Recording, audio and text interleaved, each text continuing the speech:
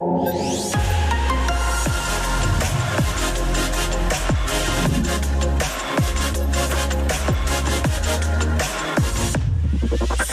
a frente.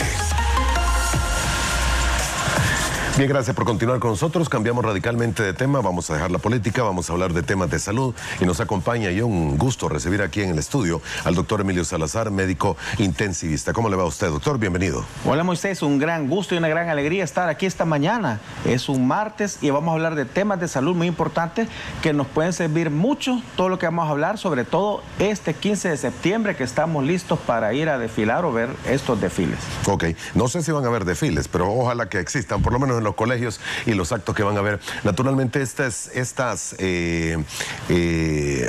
congregaciones que se hacen, estos momentos de mucha gente, requiere que se tome en cuenta los periodos que hemos vivido y lo que se está viviendo internacionalmente. Algunos hablan, e incluso se ha evidenciado en naciones como Estados Unidos y Europa, repuntes de COVID.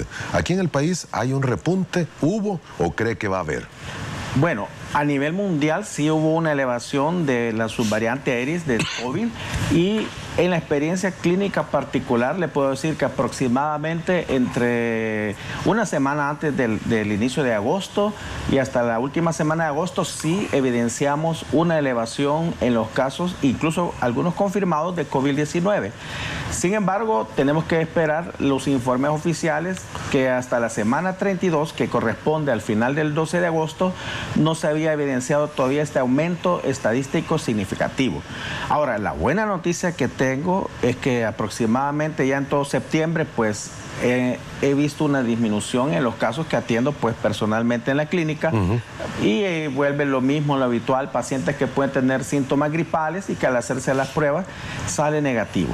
Puede haber un incremento en infecciones respiratorias agudas como resfriado común, pero la parte en la que sí detectamos incremento de casos COVID, que no fue muy significativo, pero sí lo hubo, creo que ya ha finalizado. Está finalizando. ¿Casos de influenza? ¿Ha visto usted, doctor? ¿Influenza? En estos días no. Pero antes sí. En las semanas previas, pero ya ahorita ya digamos que las infecciones respiratorias han disminuido. ¿El sincital respiratorio, sincitial? El sincitial respiratorio, pues no hemos encontrado, al menos en lo personal, lo que yo he visto, no he encontrado casos de virus sincitial respiratorio. No tengo la menor duda de que ha de haber casos en el país, pero no ha habido un incremento exponencial o significativo de registros, pues, de virus sincitial respiratorio. Muy bien, vamos a ponernos prácticos. Le vamos a pedir a los amigos televidentes que nos escriban para hacerle consultas de qué podría ser precisamente lo que muchos estarían viviendo. Pero si se hace uno los exámenes y no tiene ni influenza, ni sincitial, ni COVID, pero tiene un malestar de mocosera, no tiene temperatura, se siente un poco adolorido el cuerpo, esa es la famosa gripe. El resfriado común. Resfriado común. Recordemos que estamos rodeados de miles de virus, adenovirus, etcétera, y virus de la gripe, que por eso siempre tenemos que cuidarnos y protegernos, porque una gripe maltratada puede evolucionar en algún momento a una infección respiratoria más severa como una neumonía. Afortunadamente no tenemos incremento de casos de COVID significativo, pero tenemos que seguir manteniéndonos vigilantes de nuestra salud y siempre consultar a tiempo y hacernos las pruebas que sean necesarias para que sepamos a qué nos estamos enfrentando.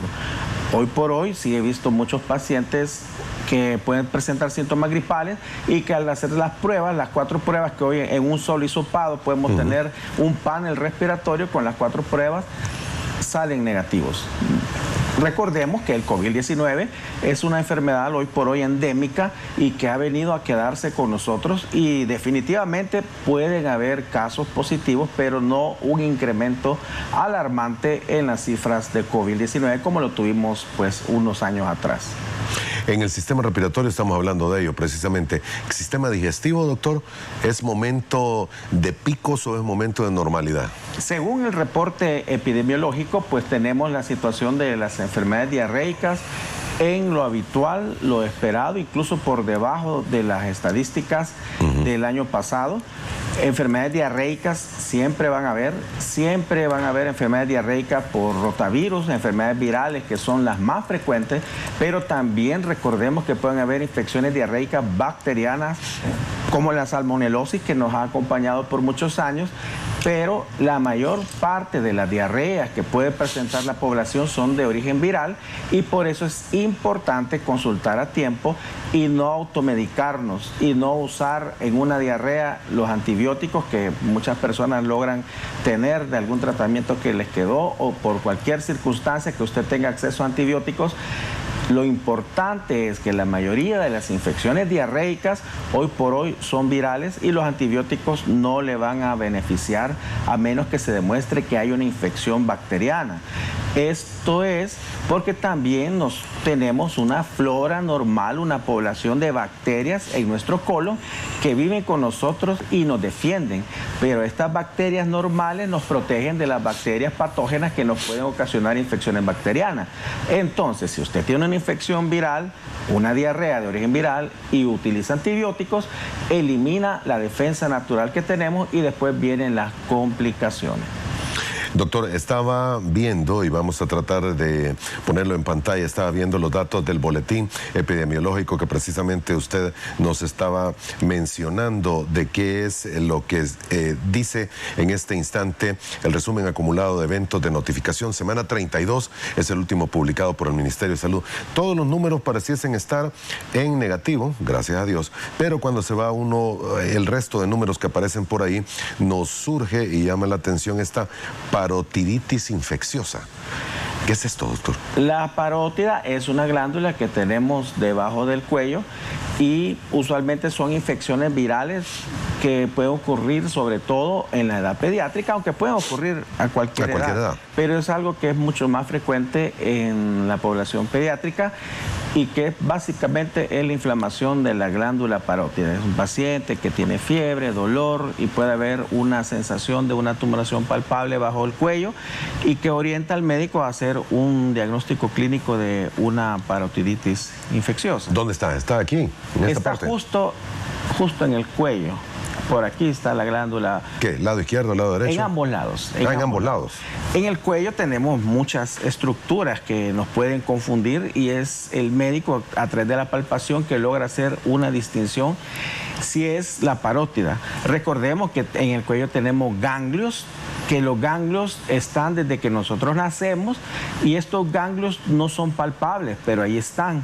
Cuando hay una infección viral o bacteriana, los ganglios se inflaman y los podemos palpar y en ocasiones pueden doler.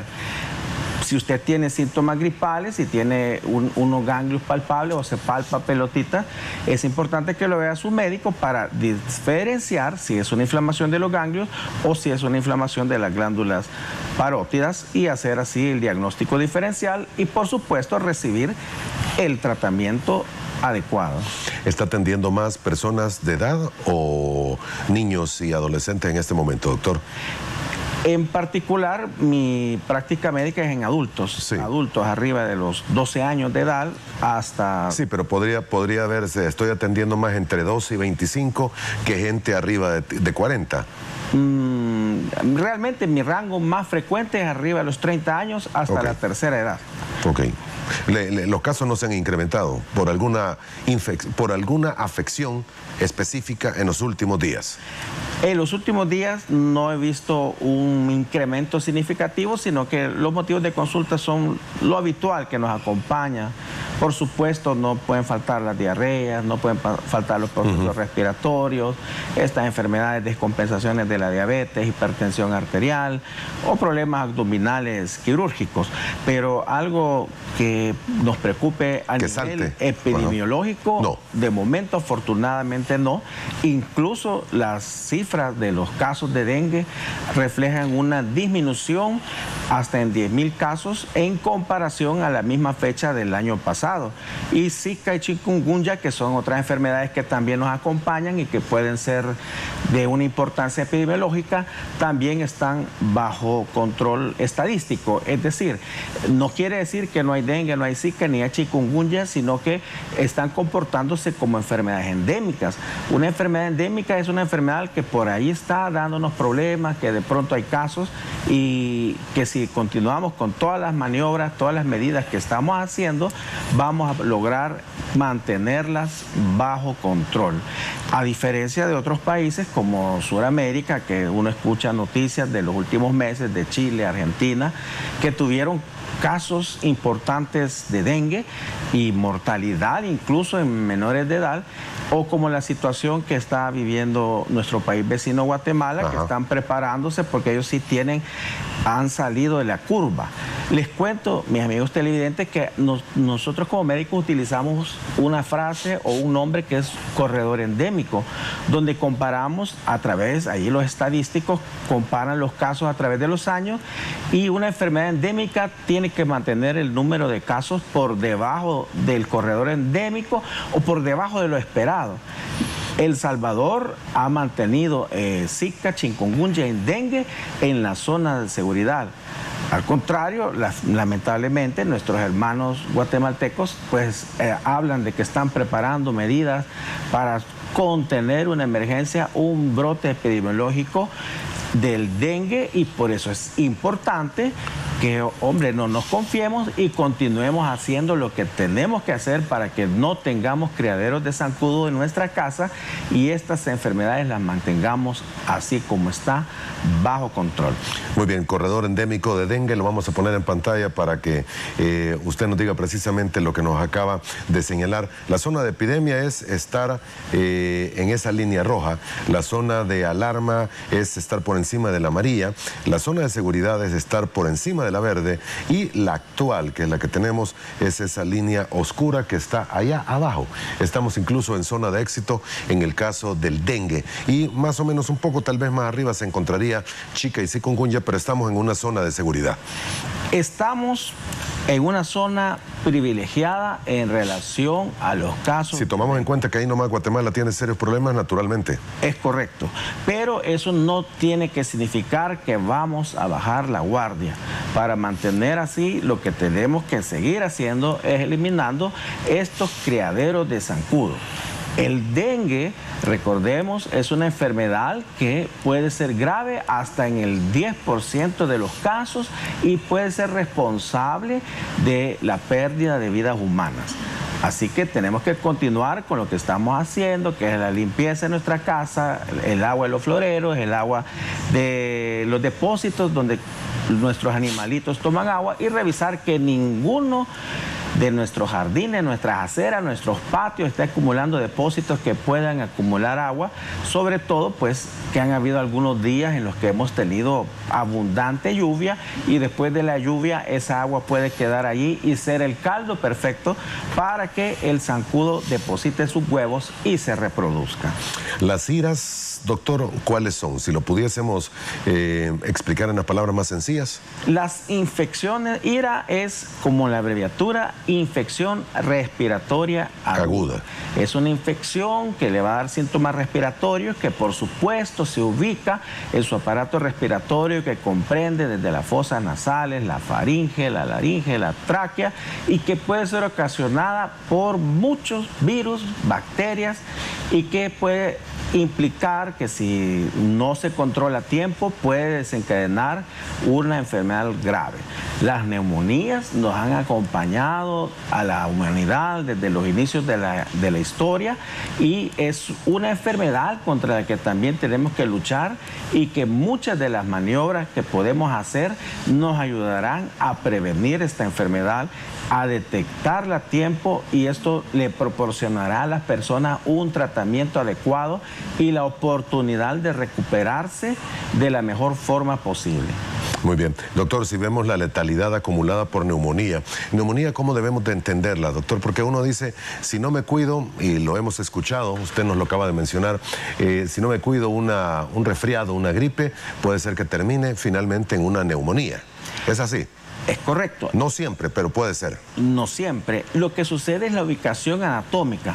Un resfriado común es una infección viral que se ubica en la parte superior, le llamamos vía aérea superior, lo que es desde la garganta hacia arriba es vía aérea superior.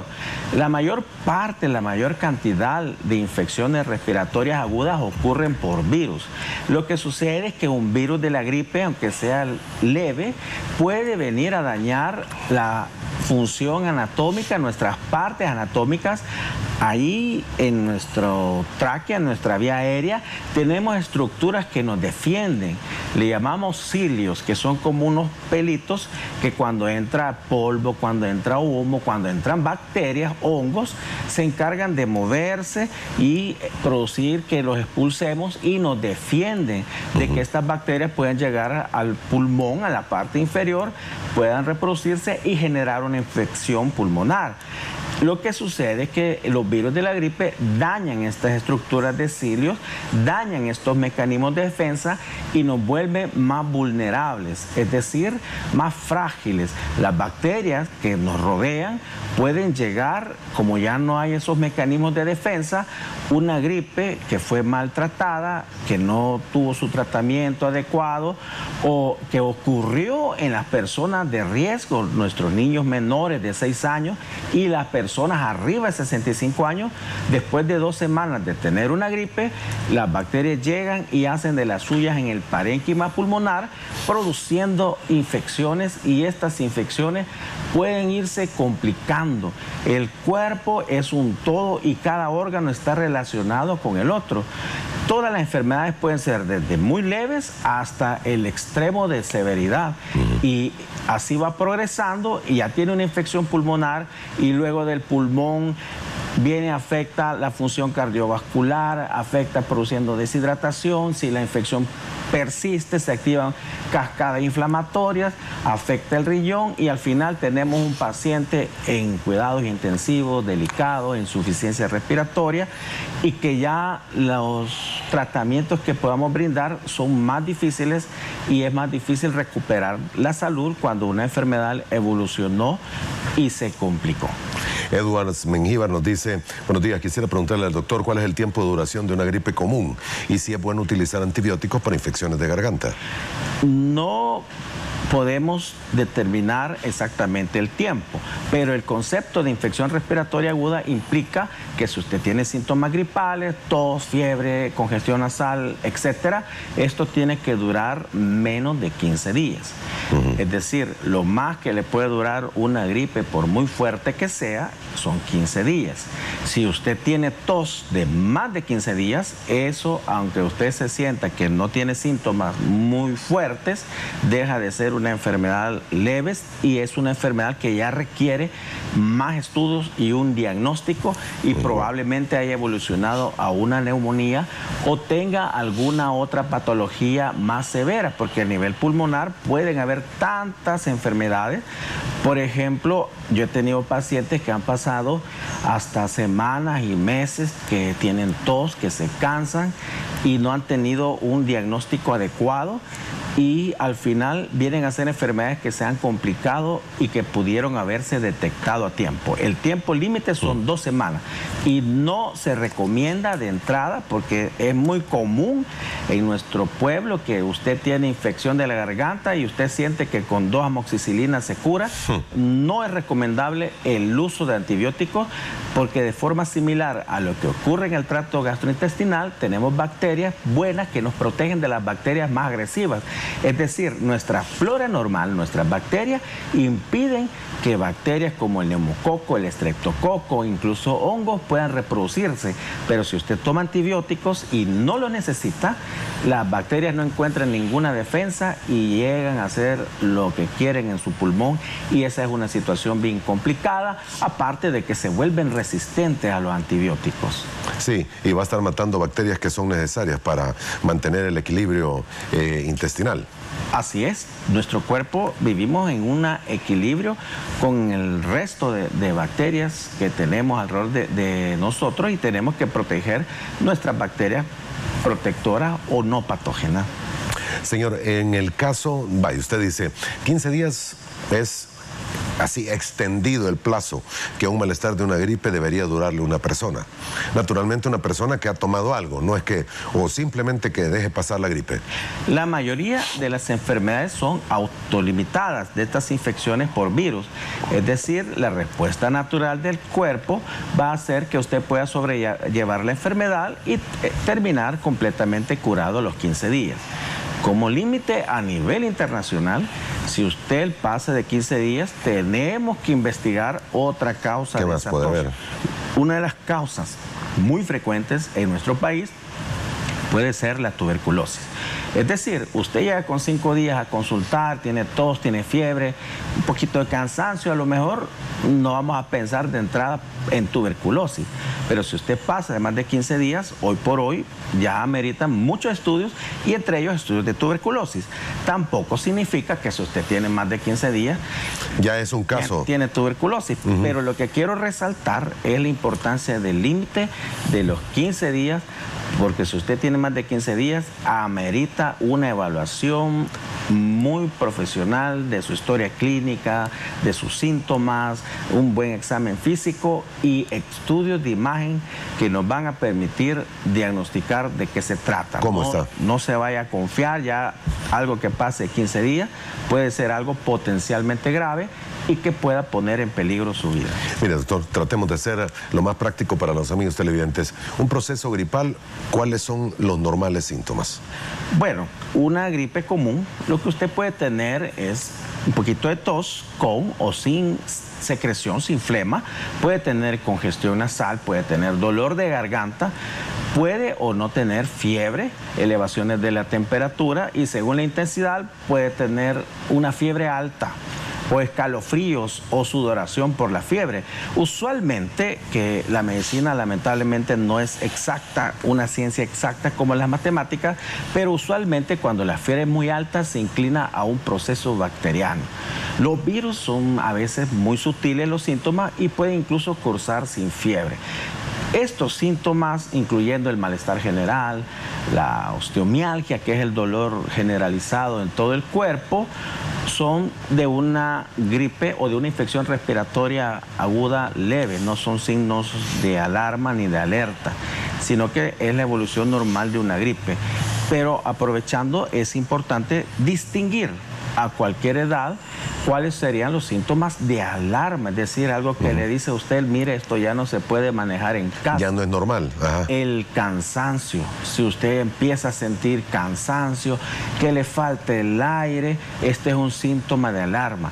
Alteraciones en el estado neurológico de conciencia, de pronto usted ve que su familiar está hablando incoherencia o lo ve más dormido o presenta cambios de conducta o irritabilidad, también son signos de alarma porque implica que la enfermedad ha avanzado.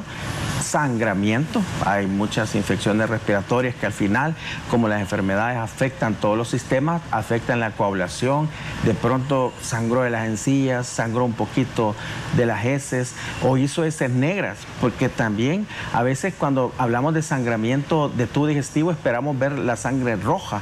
Si de pronto hay un cambio en la consistencia, el color de sus heces y estas son negras, eso es sangre. Y estos signos de alarma, cuando usted los identifique, le indican que es necesario acudir lo antes posible con su médico para que lo revise y haga los diagnósticos que sean pertinentes. Interesante punto de vista. ¿Cuáles son los síntomas más comunes de una neumonía, doctor? Bueno, en una neumonía, como la neumonía lo que implica es que el agente causal llegó a multiplicarse en el pulmón, produce un daño. Nuestros pulmones son como dos vejigas que se inflan con aire y que tienen unos huequitos, unos alvéolos, unos sacos que se llenan de aire. En estos sacos, las bacterias, los virus, los hongos llegan y producen reacciones inflamatorias que terminan haciendo que estos sacos se llenen de líquido inflamatorio o, en el peor de los casos, literalmente de pus. A medida que la neumonía avanza, no es capaz el paciente de tomar el oxígeno adecuadamente y lo que él va a sentir es cansancio, pero no es el cansancio como una fatiga, de que se sienta como fatigado, sin ánimo de hacer sus cosas habituales. No, es el cansancio como una falta de aire, que usted siente que le cuesta respirar, que le falta aire y que si de pronto usted tiene un oxímetro o el vecino y usted se mide la saturación en su dedo, la saturación puede estar baja. La saturación es un límite bien estrecho que varía un poco en las personas mayores, pero en general tenemos que andar arriba del 95%. Si usted ya tiene 92%, eso es grave. No digamos si al medir la oxigenación usted tiene síntomas gripales, tiene falta de aire y está bajo el 90, eso significa que su cuerpo está haciendo hasta el último esfuerzo, y cuando le falta el aire, no solo es su pulmón el que trabaja, sino que el corazón, como es el encargado de llevar el oxígeno al cerebro, al riñón, trabaja más rápido, se acelera el pulso, hay taquicardia, lo cual también es potencialmente peligroso en las personas que tengan ya una cardiopatía previa o que tengan edad avanzada. El cansancio, la hipoxemia son signos de alarma que le obligan a que usted tome las medidas para preservar su salud y su vida, por supuesto. Y hay que tomar muy en cuenta todo esto, precisamente estos síntomas muy específicos que usted nos está señalando. Tuberculosis ya es un caso todavía más extremo, doctor. La tuberculosis ya es una infección ya por Mycobacterium, es la bacteria llamada Mycobacterium tuberculosis, está presente en nuestro país, los casos son más bajos o más escasos, pero tenemos que tomarla en cuenta en aquellos pacientes que tienen tos crónica, no solo más de 15 días, sino que usted tiene, por ejemplo, un mes, 2 meses de tener tos. Una característica interesante de la tuberculosis es que la fiebre es a predominio nocturno. Puede haber fiebre nocturna, la tos de más de 15 días de evolución, y usualmente está asociada a un problema de inmunodepresión, aunque no es una ley para el 100% de los casos, pero si usted tiene una condición de inmunosupresión como VIH y tiene estos síntomas, también es obligatorio descartar que no vaya a ser un caso de tuberculosis. Pero la tuberculosis al momento también en nuestro país pues está bajo control. Hay casos, porque los hay, pero no hay brote ni una alarma epidemiológica al momento. Y todo el tratamiento de la tuberculosis está disponible pues en todo el Sistema Nacional de Salud y es gratuito. Bien, vamos a la última pausa comercial, regresamos en aproximadamente 3 minutos. Le invitamos a que siga con nosotros.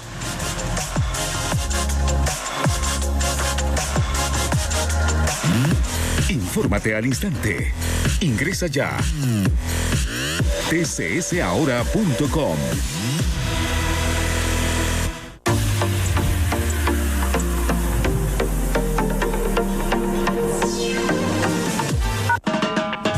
En Consomé Rico queremos patrocinarte con premios de 5, 10 y hasta $1,000 en efectivo. Son 2,500 sobres premiados cada mes. Abrí tu sobrecito con cuidado. Proba tu suerte. Tu siguiente sobrecito puede ser el ganador. Busca ya tu sobrecito de Consomé Rico en tu tienda favorita. Entre más compres, más oportunidades tenés de ganar. Consomé Rico. Juguecito rico. Reportan tráfico vehicular intenso a esta hora sobre el Boulevard de los Próceres, así es que de plano esa no es una opción. Ey, ¿qué pasó? ¿Dónde estamos? ¿Ah? tcsahora.com. Bueno, vamos a ver qué encontramos. Mira, aquí están las noticias, las últimas noticias. Esta está interesante. Veamos. ¿Y vos ya conoces tcsahora.com? Infórmate con todas las noticias de última hora, el reporte del tráfico y el acontecer nacional e internacional. Todo esto en un solo lugar, tcsahora.com, donde encontrarás información verificada y fácil de consumir. tcsahora.com es tu link de confianza con la información más ágil de tus contenidos favoritos. Somos tu link a El Salvador para que te conectes con todo lo que necesitas saber en cualquier momento. Vení, te paso el link. Llegó la Ruby con los mejores smartphones postpago con hasta un 60% de descuento. Elegí entre un Honor X6S a solo $21.99 al mes o un Samsung A14 a solo $27.99 al mes o un Samsung A24 a solo $32.99 al mes. Contrata ya. Digo, llegó la Ruby con los mejores smartphones postpago con hasta un 60% de descuento. Elegí entre un Honor X6S a solo $21.99 al mes o un Samsung A14 a solo $27.99 al mes o un Samsung A24 a solo $32.99 al mes. Contrata ya. Digo, pida ya su crédito móvil desde la app de Vivienda El Salvador. Aquí lo tiene todo. Continuamos.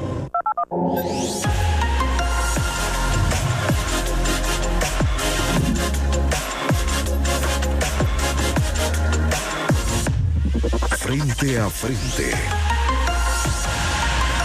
El doctor Emilio Salazar, médico intensivista, nuestro invitado en esta segunda parte de Frente a Frente. Doctor, si no me equivoco, hubo un momento de picos del sincitial respiratorio en el país. Debo entender también por los informes que se dan en el informe que han disminuido en los últimos días. Claro. Y es en un rango de edad de muy pequeño, ¿verdad? Claro, sí, el virus de sincitial respiratorio puede afectar a cualquier edad, pero sí, el grupo más vulnerable es la población pediátrica. Es más frecuente en la población pediátrica y tenemos que conocerlo y tomar las medidas adecuadas para poder tratarlo. Los síntomas son bien sutiles y por eso las pruebas diagnósticas que nos da ahora la ciencia médica nos permiten hacer la diferencia para saber exactamente a qué nos estamos enfrentando y además saber epidemiológicamente qué es lo que anda circulando en nuestro país. Síntomas sutiles, me dice, muy parecidos a la gripe. Es decir, básicamente todos los cuadros de resfriado común son similares en los síntomas. Lo que cambia en algunas enfermedades, como el COVID, vienen a ser las complicaciones asociadas, pero es prácticamente, clínicamente, casi indistinguible un cuadro de resfriado común por la causa que sean miles de virus, excepto las infecciones bacterianas que a veces sí clínicamente se pueden distinguir. Es decir, usualmente todos los virus le van a fiebre, congestión nasal, tos, dolor de garganta, malestar general, pero hay una infección bacteriana en particular que es la faringoamigdalitis aguda, muy común en la edad escolar incluso, que la característica cuando es bacteriana es todo lo anterior, pero usualmente estos pacientes presentan fiebres arriba de 38 grados centígrados y cuando usted le examina la boca, le pide a su hijo o al paciente que abra la boca, que diga y que saque el agua. Y cuando usted ve al final de la garganta, lo que va a ver es una garganta enrojecida y con placas blanquecinas, que ese es el pus que producen las bacterias. Entonces tiene la fiebre arriba de los 38, tiene las placas blanquecinas al final de su garganta y también los ganglios, que todos tenemos ganglios en todo el cuerpo y no son palpables, los va a encontrar inflamados, es decir, grandes, los va a poder palpar como pelotitas y usualmente duelen. Entonces, ahí usted tiene básicamente su diagnóstico de una faringoamigdalitis aguda y su médico, pues, en este caso sí le va a recetar un tratamiento antibiótico por vía oral. ¿Rinofaringitis es similar, señor? Es similar, pero cuando ya el problema es una rinofaringitis, usualmente puede ver más, como que apunta más a los síntomas a la nariz. Incluso los pacientes cuando tienen rinofaringitis o estas enfermedades que son similares como la sinusitis, refieren más dolor en la nariz. Y en el caso que comprometa los senos paranasales, que los senos paranasales son unos huequitos que tenemos en nuestro cráneo, en nuestro hueso de la cabeza, cuando ya hay una sinusitis, el paciente también refiere un dolor como más intenso, que puede ser en la frente, porque ahí es la ubicación de los senos paranasales, o aquí, en la parte por debajo de los ojos. Por debajo de los ojos. Porque ahí es donde están nuestros senos paranasales. La sinusitis es una enfermedad muy interesante, porque muchas personas pueden pensar, bueno, yo tengo gripe y no se me quita. Y cuando venimos a ver, es un adulto que usualmente ha estado bajo aire acondicionado, y a veces estos aire acondicionados les ha faltado quizás una limpieza adecuada y está en un factor predisponente a que haya infección, no solo una rinofaringitis, sino también de estos senos paranasales. Y es bien importante distinguir, porque una sinusitis es una infección respiratoria que inició en la vía aérea, se fue a los senos paranasales, tiene bacterias, pero estos senos paranasales tienen comunicación con nuestro cerebro. Entonces, una sinusitis que no se diagnosticó y que pensamos que solo es una congestión nasal o una rinofaringitis y que pasó en el tiempo sin ser tratada, puede complicarse porque estas bacterias pasen y pueden generar, en el peor de los casos, una neuroinfección, una infección del cerebro. Por eso, como podemos ver, aunque las enfermedades se parecen, es importante poder lograr hacer el diagnóstico a tiempo, porque según la ubicación anatómica, según el agente causal, así es el tratamiento que nosotros le vamos a proporcionar. Y eso, pues, su médico lo va a lograr discernir un poco.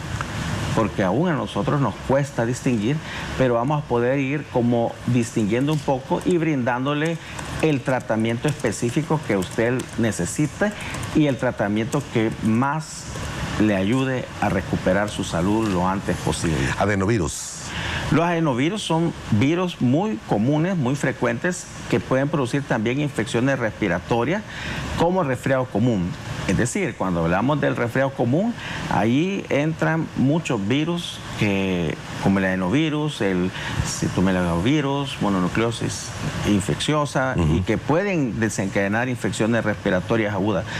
Actualmente no contamos con la disponibilidad de hacer pruebas para todos estos virus y realmente no sería del todo práctico hacer las pruebas porque la mayoría de estas infecciones son autolimitadas y lo que requiere muchas veces es reposo en casa, abundantes líquidos y manejo de los problemas que son el control de la fiebre, el control de la congestión nasal, para que pueda el cuerpo, en el caso de las infecciones virales, responder con su sistema inmune y lograr la recuperación de su salud.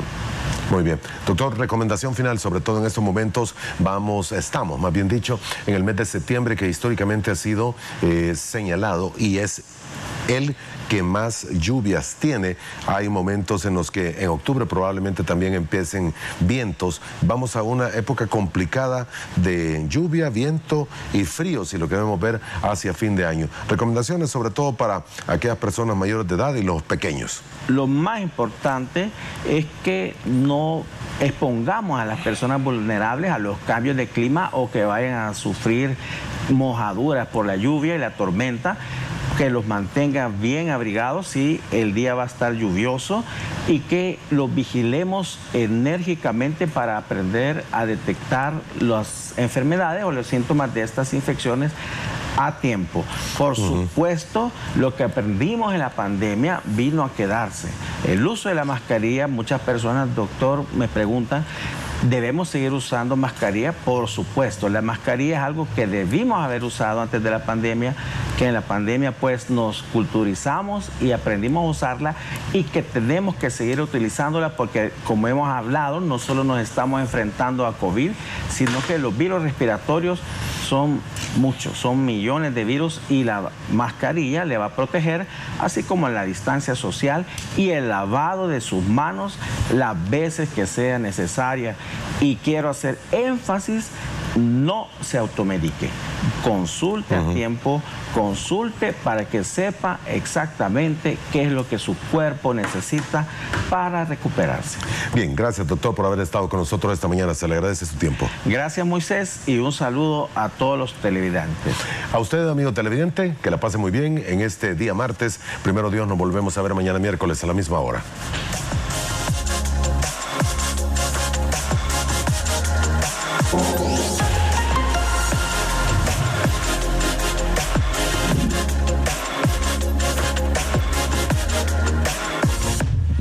Frente a frente.